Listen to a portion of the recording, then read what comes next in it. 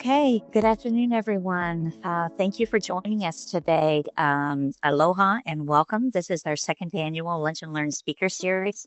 We're delighted to have you here today, and we're delighted to have our speakers. I'm Diane Bowen Coleman, and I'm the State Human Trafficking Abatement Coordinator in the Special Investigation and Prosecution Division of the Department of the Attorney General. Today, we're very pleased to have our speakers from the Sex Abuse Treatment Center. We have Hannah Gerlin. She's the Education and Community Outreach Manager at the Sex Abuse Treatment Center. She has a master's in social work from UH Manoa and has provided direct service to survivors of intimate partner violence and child sexual abuse. Hannah provides presentations and trainings to all ages, increasing awareness about sexual violence and strengthening protective factors to keep our communities safe. Thank you, Hannah. We also have presenter Emma Enlow. She is the crisis outreach educator for the Sex Abuse Treatment Center. She has over 2 years experience at SATC, providing emotional support and crisis counseling via the hotline during the forensic medical exam and at the Children's Justice Center. Most recently, she has been delivering educational presentations. Emma has a bachelor's degree in psychology with a minor in sociology from the University of Wyoming. Thank you, Emma. So, Hannah and Emma, we look forward to hearing from you today. Thank you. Thank you, Diane. And thank you for having us. So we are going to kick off this early afternoon. Thank you all for being here, and Happy New Year. We are going to really specifically be talking about the work or talking from the place of where we work, right? The work that we do at the Sex Abuse Treatment Center.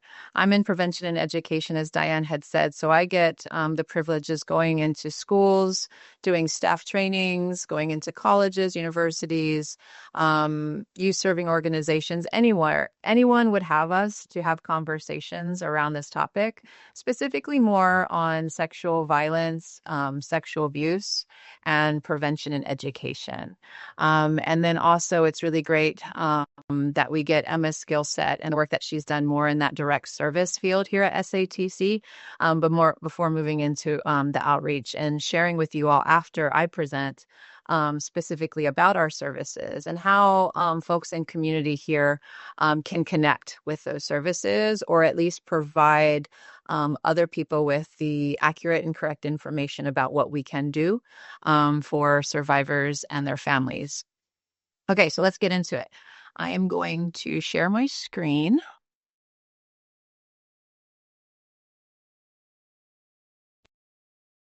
Okay. Thumbs up if you see my presenter view screen. Awesome. Thanks, Diane. Okay, so, when we got the invite to talk about to talk during Human Trafficking Awareness Month, part of me really wants to take this deep dive into trafficking, even though I will say that's not necessarily a specialty, especially in our prevention and education field. We really are more sexual violence and child sexual abuse, also knowing, right, the intersections that take place with those two subjects. So in an effort to kind of stay in my lane, but really to talk very much about primary prevention efforts, right? Specifically when it comes to teen dating violence and how that really could perhaps impact or increase risk factors for exploitation and trafficking. Okay, so you will learn, we're going to cover a what, why, how arc. So really talking about what sexual violence is and all getting on the same page, and then specifically teen dating violence. We're going to have a snapshot too in terms of the prevalence and the impacts of these topics for our youth, right? And I hope that kind of bolsters our why and why we need to pay more attention, why we need to have more awareness and understanding about this topic, and then how we can support people in our lives, right? How we can advocate for healthy relationships as like a huge buffer and protective factor against sexual violence and trafficking, and how to help a friend. Oftentimes, especially when it comes to perhaps, let's say, intimate partner violence, and we might know somebody who is in a relationship that is abusive, how we can help as the bystander, how we can help as a friend. And so it's kind of just giving a few very simple but impactful tools and or things to remember and something to take away. All right. So we're really going to begin the conversation as we look into sexual violence, specifically teen dating violence, and also with the whole consideration of trafficking. And how it could begin, and really having a little bit of awareness and emphasis on sexual grooming and what that is. So, from the data, what we know for youth victims, they often know the perpetrator. And while this might not be new news for you, still yet seeing the numbers and really considering it and looking at it, right? We really can't talk about sexual violence and dating violence without talking about this very important um, piece, the grooming tactics and what that involves. So, about 90% of the time, youth who are victims of sexual abuse know who the offender is. Of that 90, 60% can be acquaintances, teachers, coaches, community leaders. From there, we see that 30% of children are abused by immediate or extended family members. This includes siblings and cousins, right? And only 10% of the time, youth are sexually abused by a stranger, which makes sense because we're often not, leaving our children unsupervised with people we don't know. So it's really within this relationship context. Well, how can, a huge betrayal of trust occur? And usually that really happens through the grooming process. Grooming is a very sophisticated form of manipulation whereby offenders like deliberately build relationships with youth. And then with that relationship, they leverage their vulnerabilities. There are stages in a grooming process that includes targeting a victim based on some vulnerabilities, filling a need, gaining trust by by the victim and their family, and slowly starting to isolate. So there's very real stages in a grooming process that take time, right? And it oftentimes prepares them for sexual exploitation and even trafficking initiation. So we see here that groomers don't only offend youth, but they also groom family members and the community as well. So understanding that they can be anybody, right? And oftentimes are well-intending, upstanding citizens in so many ways, and yet engage in these grooming tactics to sexually offend a youth or exploit them. Types of grooming can occur in person and online. And it really begins by building that trust, like I had mentioned.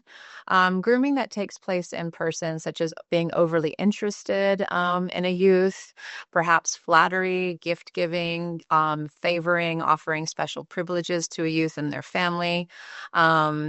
And then the grooming that could potentially take place online. It could start with creating a fake profile and pretending to be somebody else just to initiate that conversation with the youth. But oftentimes it doesn't even have to be fake. It could be that initiation to have conversations with youth, especially through targeting any vulnerabilities, online flattery, conversations, generally how a lot of people would engage another person and showing interest, then slowly attention, affection, and then moving into intimate spaces. It could also include online currency, providing online gift cards in that way to entice somebody before, again, conversations, behaviors, and actions move into more sexually exploitive ways. So moving now into sexual violence and teen dating violence, it's good to understand exactly what we're talking about when we talk about sexual violence. It's any sexual activity, both contact and non-contact. So it could be in person, in which we don't physically touch, yet still commit sexual violence. And then it could occur online as well. It's unwanted, tricked, or forced. This includes manipulation, threats, pressure, coercion, intimidation. Types, kind of thinking of it as a continuum. Sexual harassment, so there's unwanted, often repeated sexual actions or words. This could occur in person or online. Exposure, so the showing of private areas or perhaps forcing somebody or tricking them to view something that they're not consenting to see. Touching, so that unwanted touching of private parts or being made or tricked to touch another person's. And then lastly, penetration, unwanted vaginal, oral, or anal penetration, rape being considered a form of penetration. Now moving into teen dating violence and all that encompasses, it's abuse or aggression. It can occur in a romantic relationship, perhaps with a current partner or even a former partner. It can take place in person. It can take place online, right, through that online interactions. and then through technology, which could include, right, some power and control dynamics, such as uh, making sure that your location is always turned on and you're able to be located that way via our devices through technology. It could also look in how we're able to, talk on the phone. Does it always have to be on speaker? So everybody, especially perhaps the person who is the offender or perpetrator in the violent relationship, is always aware and controlling what kind of conversation somebody is able to have. So that's a way in which the differentiation between online and then also through technology. Types of teen dating violence, psychological aggression. So that verbal or nonverbal communication that's intended to emotionally harm or exert control over the partner. Stalking, so repeated unwanted attention and contact by a partner, and this causes fear or concern for safety. Sexual violence, and I had talked about that and how that can show up in a dating relationship. And then lastly, physical violence. So when a person hurts or tries to intentionally hurt a partner through physical force. Moving into digital dating abuse and just kind of looking at some of those tactics. Digital dating abuse involves using technology to repetitively harass a romantic partner with the intent to control, coerce, intimidate, or threaten them. So here are some of the tactics that you see on this slide, perhaps looking through contents of a device without permission, keeping you from your device, right? Being the one to maintain that control. And this comes through some very heavy isolation tactics, posting something publicly online to really harass, intimidate, or threaten. And then, of course, sharing a private picture of you without permission. So these are just some of those tactics in which digital dating abuse occurs. And then, of course, sextortion and understanding that sextortion is a form of exploitation because it is the forced exchange of sexual material between two parties, right? So when somebody coerces or threatens to share that sexually explicit image or video, either to acquire more sexual content, to go offline and engage in sexual favors or sex, and then also perhaps to obtain money from the victim.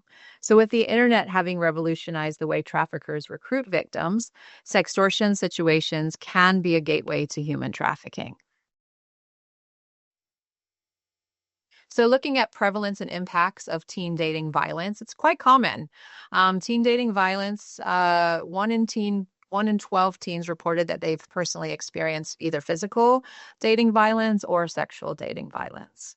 With that, we also know that teen victims of offline dating violence were 18 times more likely to also experience, right, digital dating abuse, online dating violence.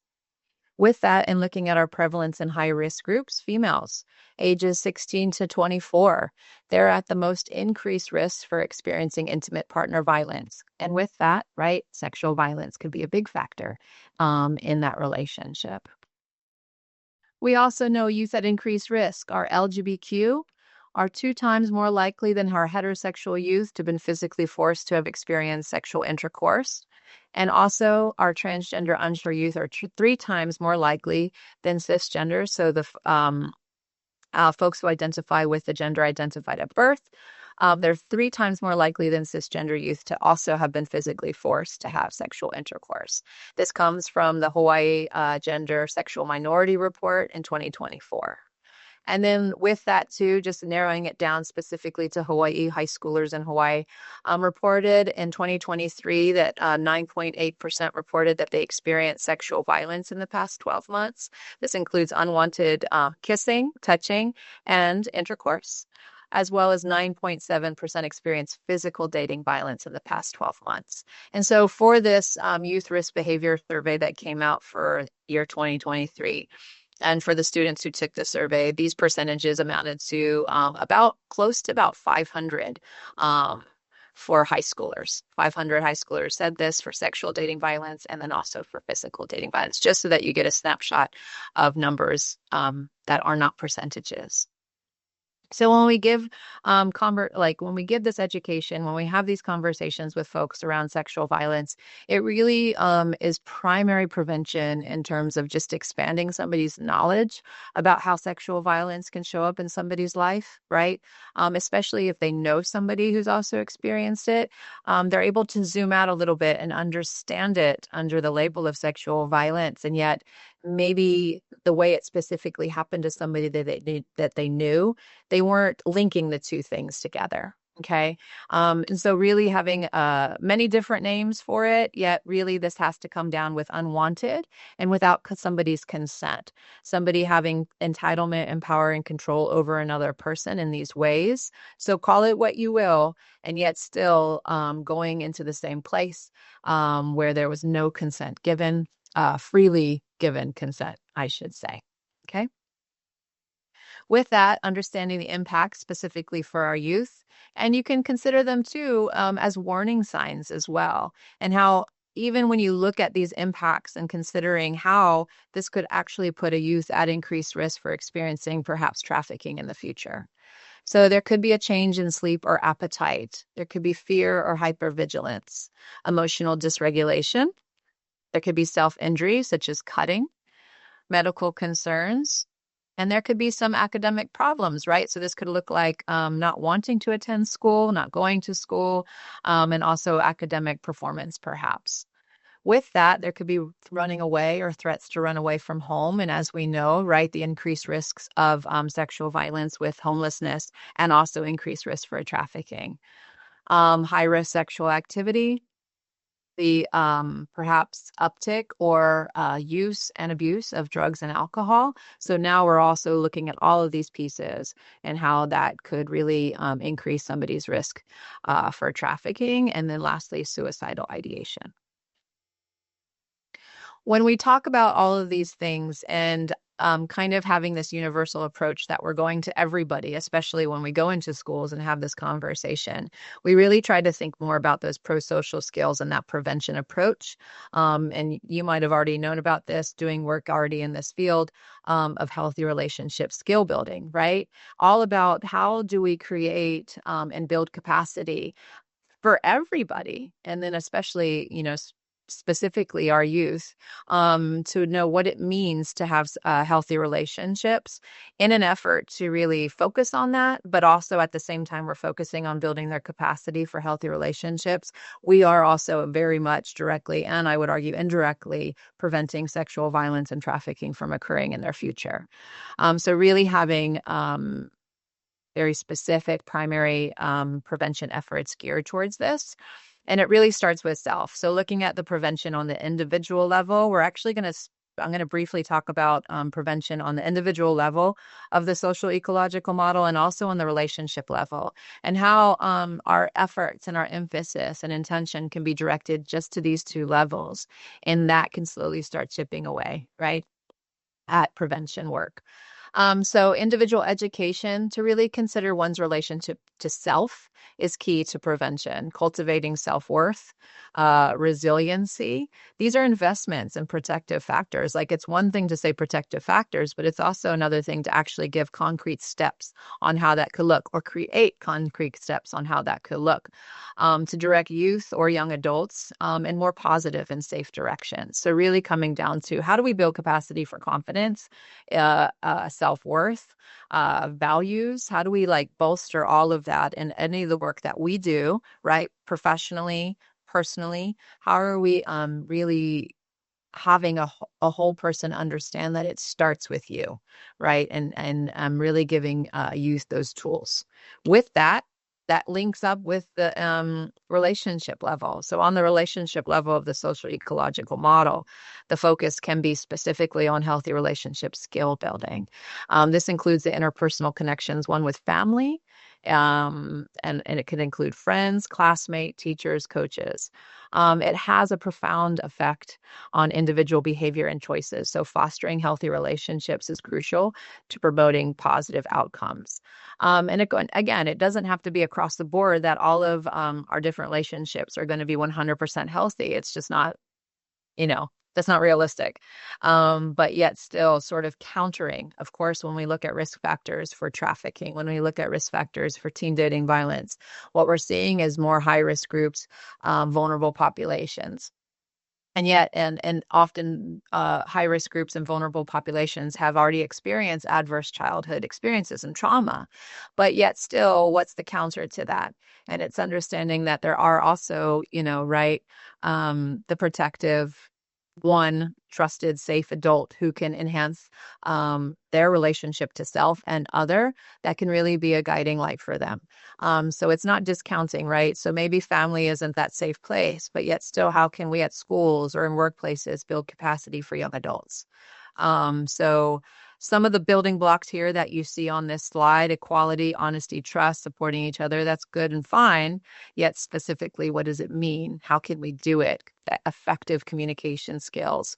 And then I'll just highlight one of them, in which we often talk about with our sexual violence prevention curriculum is personal boundaries, right? And understanding what they are. We give the definition to students. We work with kids about what boundaries are, understanding that they're limits or lines that we set for ourselves to gain, right, the agency, to build resiliency, and to sort of understand our own autonomy, right, and empowerment. We also talk to students, hey, it's very simple, and it can be very simple in terms of learning how to navigate this world with relationships and communication and red flags. If you don't want to talk about your boundaries with perhaps somebody that you're dating or even friends because you're afraid of how they'll react, especially with anger or violence, again, the dynamics of power and control, that will tell you it's a clear sign and indication that the relationship might be unhealthy or abusive. So, with that said, understanding some very specific ways in which we can help friends, especially if they're in unhealthy relationships, which as a friend can be really hard to witness, right? And to be part of. And yet, how can we have one foot in the relationship in a supportive way without feeling overwhelmed, right, with the stuff that we see on the outside? So helping a friend in an unhealthy relationship, right? What can we do? So how can we build capacity? This is also goes back to the relationship level. This is not separate from that social ecological model piece, right? How, as in relationship, can we also learn how to support friends who are in unhealthy relationships so that we can continue to have that positive effect on them, right? We can understand that listening is hard. So, what are the skills we need for actively listening?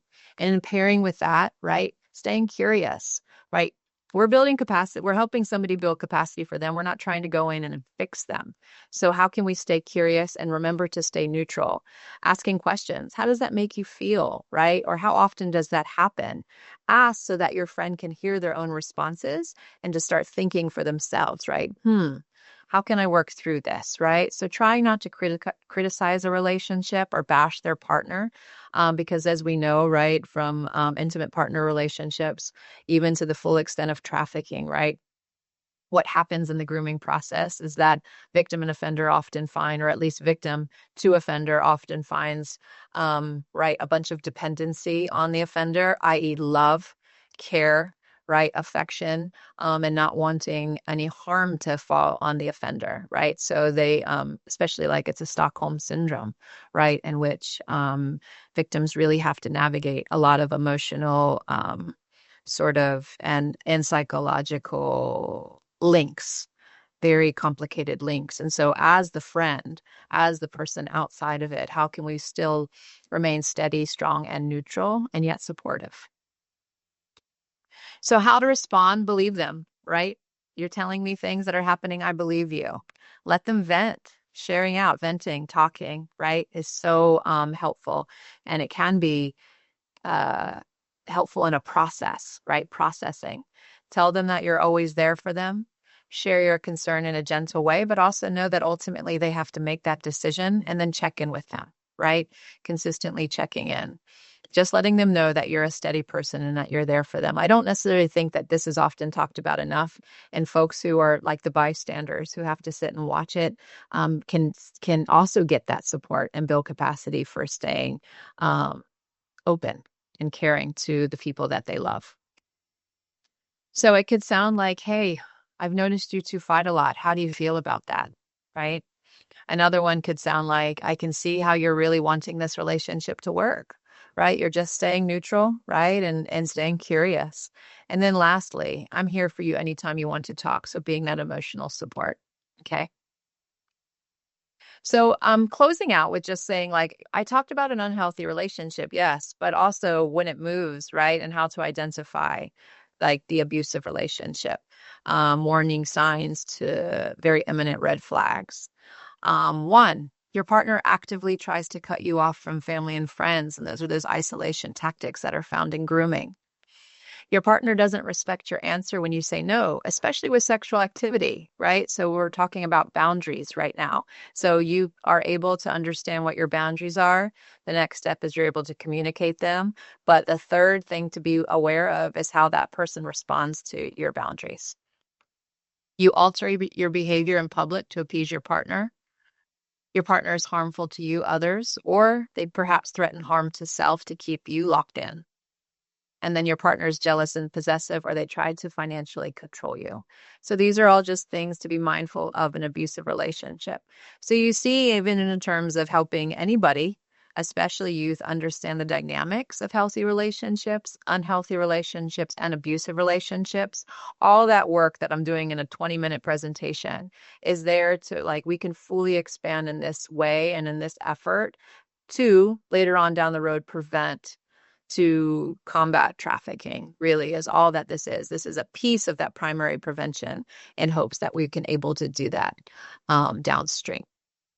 With that, understanding our resources and what's available to us, especially if you know somebody who is an abusive relationship, or if you know somebody who's experienced a sexual assault, what are the places or who are the people that you can go to get that support?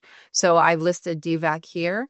If you're going to Google, where can I go if I'm in an abusive relationship or my friend is? What's available here locally? What what kind of support is available to me if I've experienced a sexual assault or somebody I know has experienced a sexual assault, and the go-to place. I'm going to end my part of the presentation with this because I think this is a really great time to segue to Emma, especially when it comes to our services at SATC and the work that we also do at Kapilani Medical Center. So I'm going to stop sharing my screen. To be able to segue so she can talk to you very concretely about the work that we do there.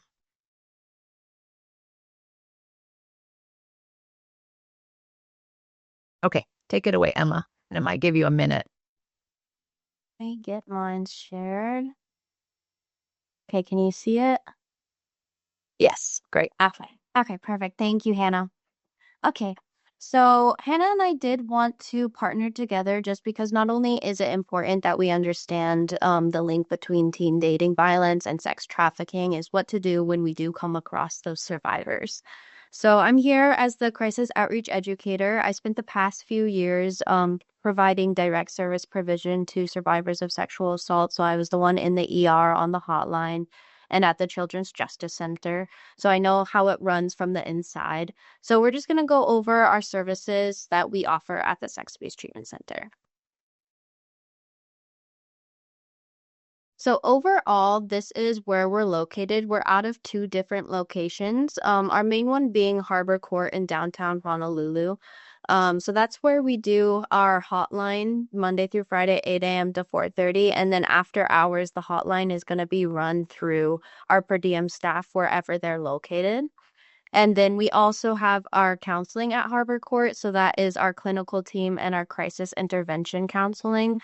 So they do our sessions there and then they do in person, but only the first session has to be in person. After that, it can be telehealth.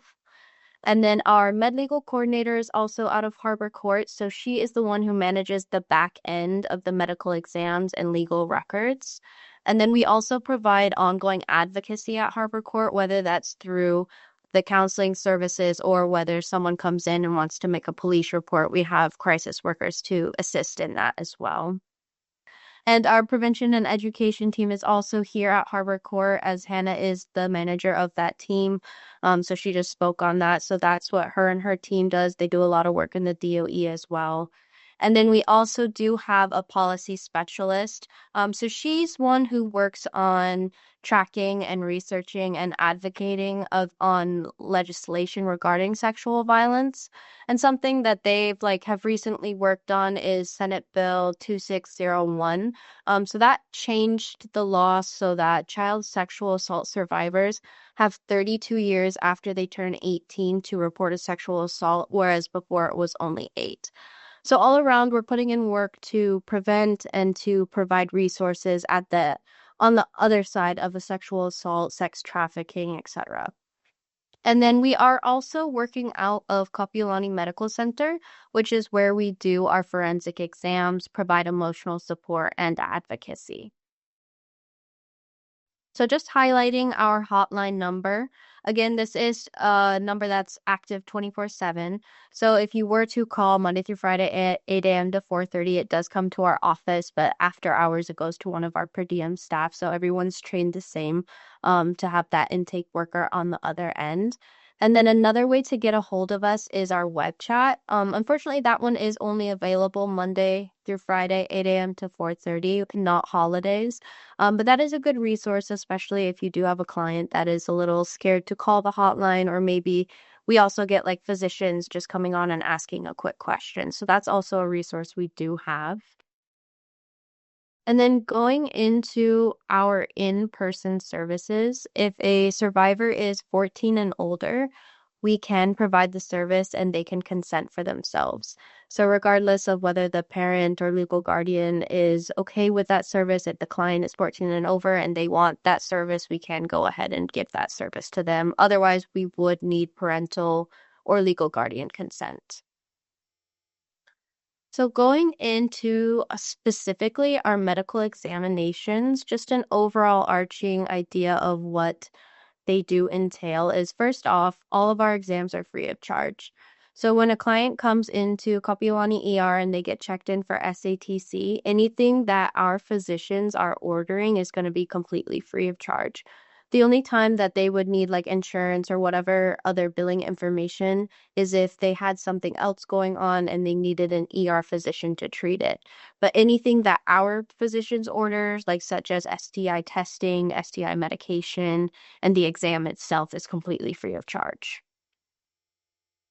And then another thing about all of our exams is they are completely confidential. So even our notes are not kept with Kapiolani Medical Center. It's kept here at Harbor Court. So the only thing that's going to be put into their chart at Kapiolani, if they have an Epic account, is going to say that they were seen by SATC, but the details of the exam is not going to be going into there. If our physician orders medication or STI testing, that will be put in there, but they also do have the option to deactivate their chart or make proxy access go away, that kind of thing as well. And with our exams, we can do it regardless of whether or not there is a police report. So sometimes clients come into us and they've already police reported, which is great. And if not, we offer them the option to do so, but only if they are wanting to. So it's 100% not a requirement. So if we do an exam and there is no police report, then we will go ahead and just store it at SATC or at HPD, dependent on what the client wants.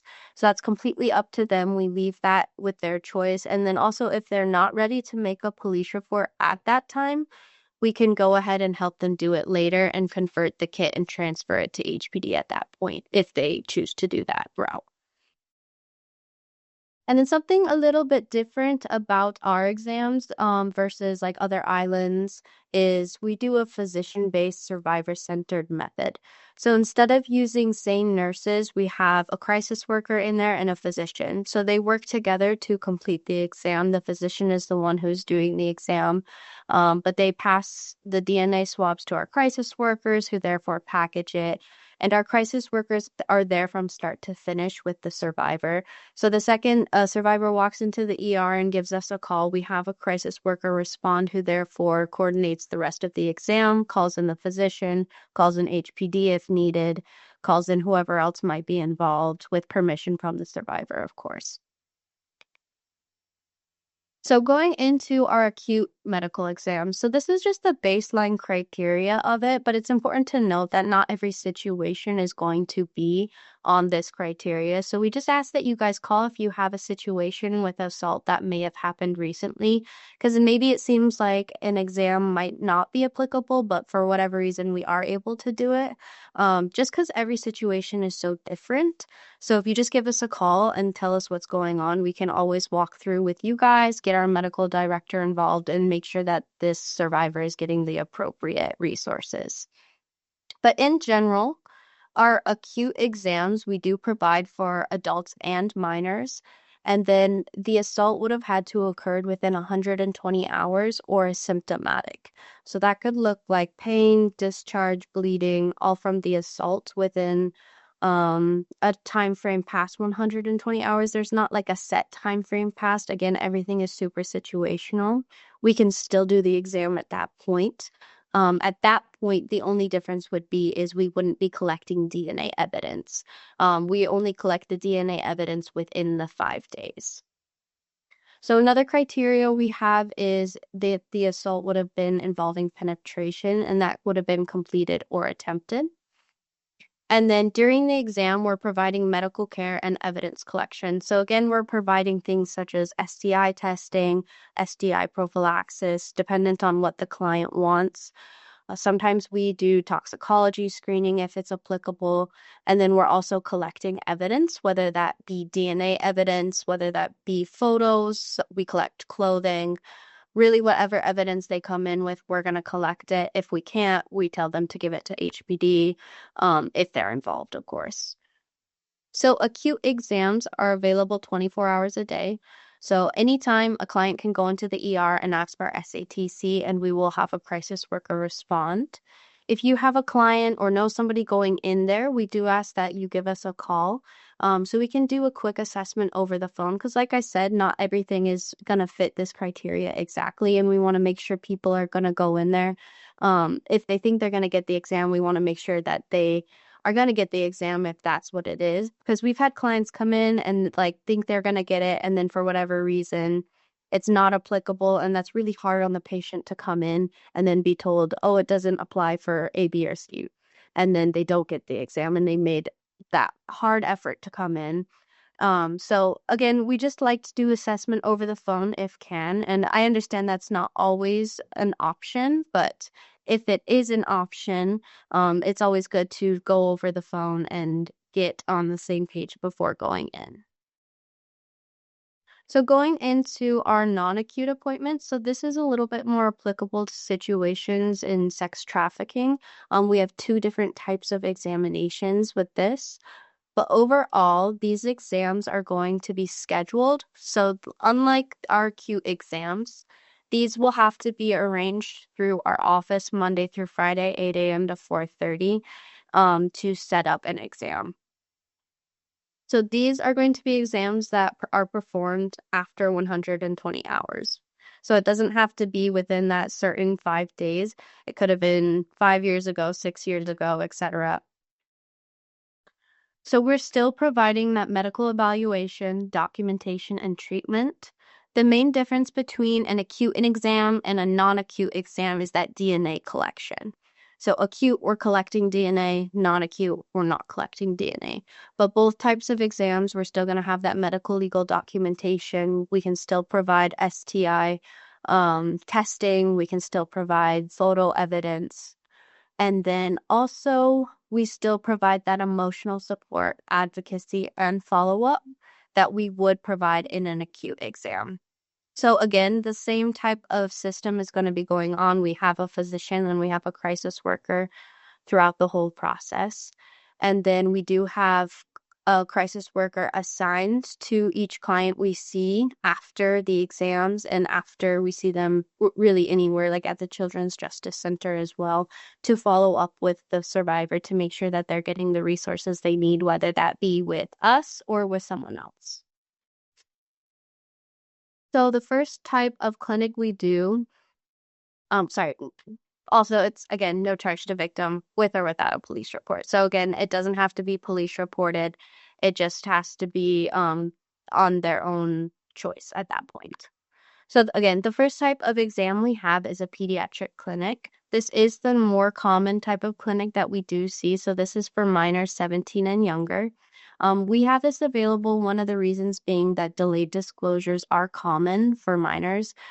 Sometimes they don't come forward right away. They'll come forward years later, weeks later, months later, whatever it is. And we still want to be able to provide that documentation and medical checkup for minors who have disclosed something that has happened past 120 hours. And then the other type of clinic we have is the HRV clinic. So this is also the scheduled clinic for survivors of sexual assault at high risk for commercial sexual exploitation and human trafficking. So this is a clinic designated for adults and minors.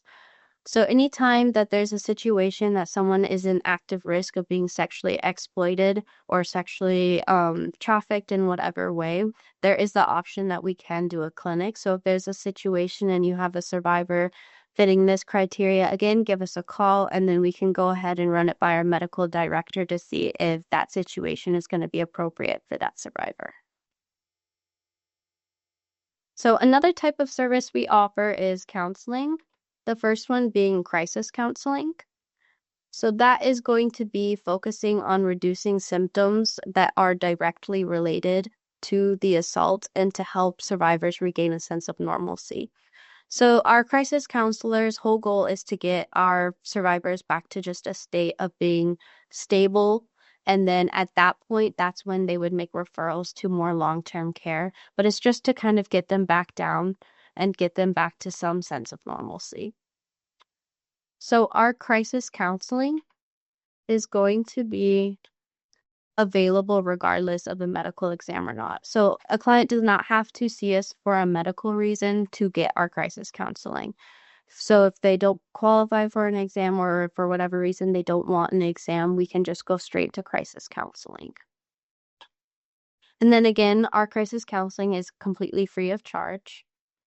And then our crisis counseling is for primary and secondary victims. So the survivor themselves, and then if they have any family members, if it's a partner, a friend who's also affected by what has happened, we can go ahead and provide counseling for them as well, free of charge.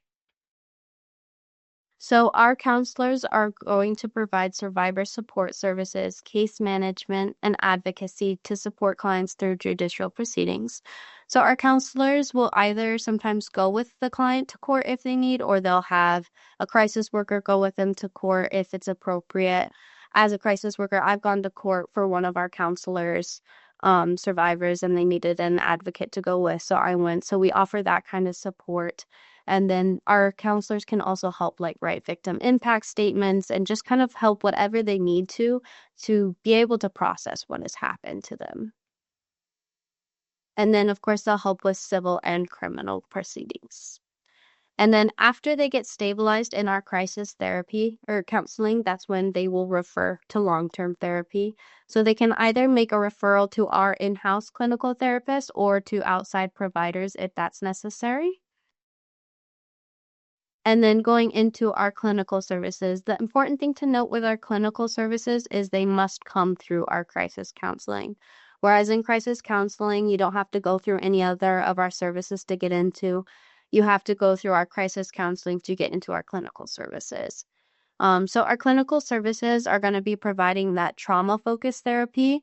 We have the individual, family, or groups, and they're still going to provide that same support that the crisis intervention counselors do, such as support services and case management, whether that be going to court, or if they need help to understand what's going on, they can help the client make a call to the detective or whoever is involved and just kind of walk it through with them. And then again, they'll provide advocacy to support through those same judicial proceedings, civil and criminal. Same idea as the crisis intervention counselors do. Can go with them to court, can get a crisis worker to help. And then we also do have a psychiatrist on staff who does medication evaluation and management. And then something we did just launch now, that's going to be starting February 3rd is a support group. It's going to run through February 3rd to March 10th every Tuesday at 12 p.m. to 1 p.m. And so this is just a support group for primary and secondary victims. So whether that be family or the survivor themselves, they can come in. It's kind of a very casual setting. They can bring their lunch. It's during lunch hour, and they'll just be very simple consents. It's not, you don't have to be a client of SATC to be a part of the support group. So we're really excited about that coming up, because we haven't had that kind of support group in a long time, and we get a lot of ask for that. So we are starting that February 3rd. And then lastly, going into our prevention and education team, this is just kind of an overview of what they're working on. They go into the DOE, the Department of Education, and they have the endorsed and collaborated on development. So their curriculum meets Hawaii content performance standards for health education, and it's all evidence-informed curricula. So they have trained over 1,000 teachers and counselors statewide. And Hannah's here, so if you guys have any other questions about what they can provide, feel free to ask. And then if you have any other questions about our services, we are going to be on for a little bit, but that concludes our training today. And then there's a survey if you guys want to take a second to do so. If not, again, we're here for questions. Thank you. Emma, real quick, there was a question in the chat regarding, I just pulled up, are there SATC services on the neighbor islands? So there are services on the neighbor islands for similar. A lot of the other islands is through the YWCA, I believe. But they do also provide exams. They use sane nurses, so it's a little bit different. They also have advocates of some sort. So yes, it is available on other islands. Yeah. For the support group that was just mentioned too, what's the best way somebody could sign up and get more information or join even? So for one, you can always call the hotline and ask for more information, but there's actually no process to sign up for it. It's just you come in, you put your name on the check-in sheet, fill out a quick form, and you are welcome. So it's very casual, very informal. Just come February 3rd, 12 to 1. Yeah. And it's every Tuesday. The support group, at least for this iteration, is going to be almost like wanting that casual drop-in feel. And it's going to be over the course of a 7-week program, but still always having that drop-in. So it's not this like you're beholden to come out every time because you came to the first one. And it's really an effort to provide one support, but also just give psychoeducation, and kind of even those pieces that I had talked about with primary prevention. Now we're working more in the middle phase of prevention, where we're looking at building capacity for folks, getting coping mechanisms and strategies available and talked through, and how they actually work and how they can be applied. And then, of course, communal support. Like that's always such a gift in so many different ways. So it's nice that we're going to be able to provide that, or at least start it. And I feel like with the development of any support group, it's really just like a percentage of what we can provide in the organization, and the other percentage that comes in, or what the people provide when they come in, and what can be developed from that. So let me just put in on the chat too. We're located in Harbor Court, downtown Honolulu. So I'm just going to put in our Merchant Street. Sorry. And then here, also, I know Emma had mentioned our hotline being to call for more information about the support group. And then this is just going to be our office line in case folks would, it's routed in the same fashion. But in case you just wanted the office line as opposed to a helpline or a hotline, you can utilize this number too to get more information for our services and our support group. And then for the neighbor islands, contacting the hotline in order to coordinate services. One of the things is we work with the neighbor island sex assault centers to help with their services, even though they don't look exactly like the ones that Emma had mentioned. And yet we try to work in tandem to best support everybody, and so that our survivors across the islands get a continuum of care that is familiar, right? So one of the best things that we could do, I can pull up real quick in this space, is to be able to provide the neighbor islands sex assault centers, their hotline numbers. They have web chat features. So hold up, let me do that real quick. I'm gonna. Yeah, too. There's also, if you guys call our hotline and you need other kinds of resources on different islands, our crisis workers are always happy to help assist get those resources to you. There are hotlines on the other islands, and Hannah's going to pull those up right now.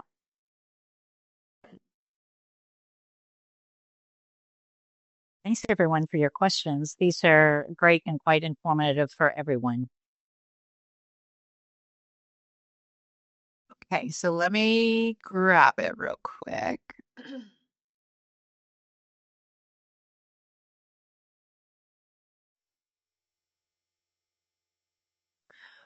It actually might take me just a minute. I don't know if there was any other recaps while I pull it. Does anyone have any other questions for Hannah and or Emma? You can unmute or put it in the chat. I see a question about, are there educational resources and opportunities available for public charter schools or only DOE? Hannah does go into a lot of different places, and I do as well. So if anyone needs presentations on SATC services, that's what I'll come for that. But if it's more prevention and education, that's going to be Hannah and her team, and she can answer a little bit more clearly about where exactly she can and will go. Yeah, thanks, Emma. So I just put my direct line in the chat because, yes, we do provide educational resources, training opportunities that could look like a parent presentation, they could look like a staff training, and curriculum facilitator training. We go into private institutions, public schools, charter schools. We're more than happy to partner, in any capacity based on your request and your need. So you would just call that number and then we can set up a planning meeting to kind of get that going and what that could look like for you. And all of our prevention and education services are also provided at no cost to the community. It's a really great thing that SATC could provide since we are grant funded. Real quick, let me just share my screen. And I just wanted to pull up the Here, let me stop sharing. our statewide survivor services across the islands. So you could screenshot this if you'd like, jot it down real quick if you need. And of course, there is a recording of this presentation. So is anybody not seeing this for any reason? Diane, are you good? Yes, I can see it. Thank you. Okay, perfect. So these are all the go-to places. I will say for Oahu, Maui, and Kauai, we also have that prevention and education piece. So any folks on those islands, Kauai and Maui, that you would contact the centers there. So YWCA for Kauai and CFS for Maui, Molokai and Lanai, to get prevention and education in communities, right? So Hawaii Island, still looking for one yet. We don't have a P&E person point of contact, but we can still partner with folks, whether it be virtually, as best we can, to provide prevention and education on Hawaii Island as well. Okay, I'm going to stop sharing my screen there. And I can always provide it if anybody needs additional. Okay. Does anybody have any other questions?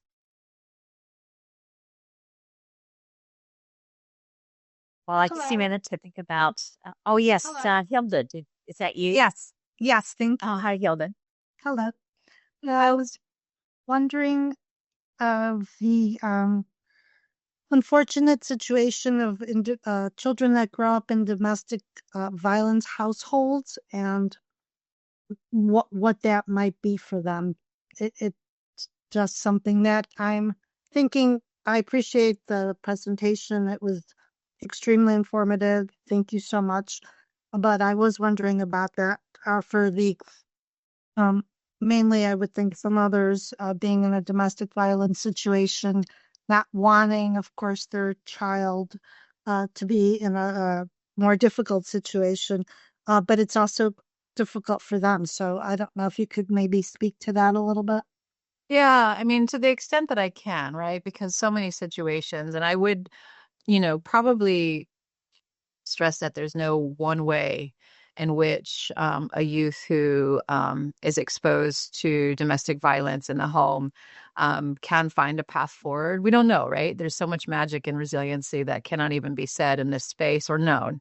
But with that, like the efforts that we at least try to do in our control and our capacity is being able to provide staff trainings are so important, especially at schools, so that they can mitigate that. This adverse childhood experience, the exposure that the students are receiving at home. Okay, can another place that a youth might spend time, if not equal, if not more time, right? Schools, spending a lot of time in schools more than home. Can that be a safe haven for them in some way? Could they reach, or can they find a trusted adult / mentor or a group of people in community that can do that? That's a question for sure. So we're not able to go into people's homes, of course. So how can we help out the staff at the school?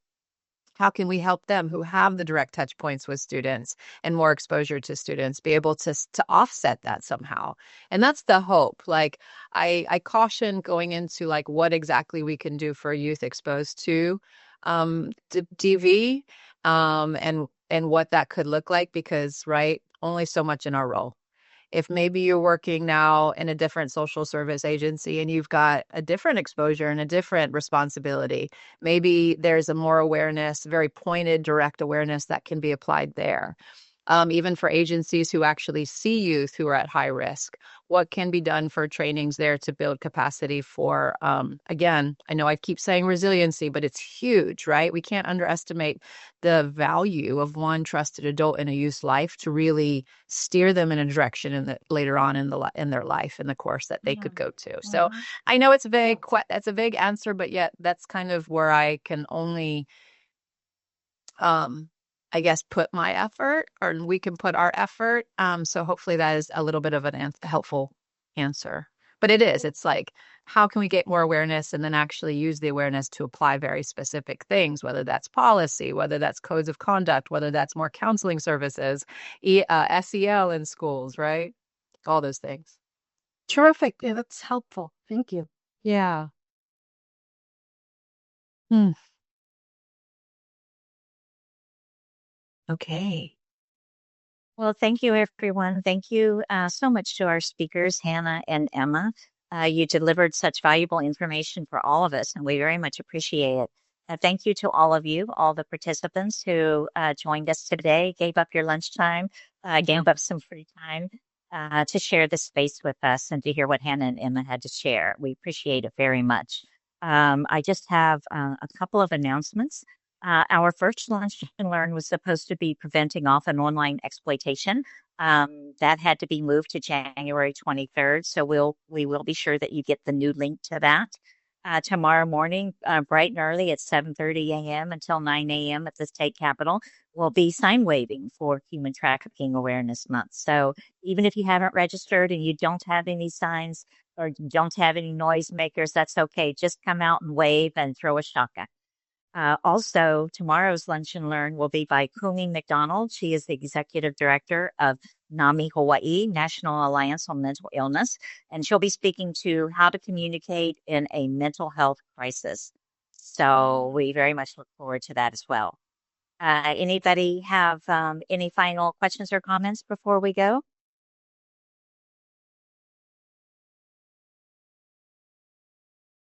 Okay, Hannah, Emma, if you don't mind, hang on for just a moment after. Yeah. Thank you, everybody. And thank you, Diane, again for hosting. Yeah, thanks everyone. Very much appreciate it. We'll see you at the next one. Ahoy ho.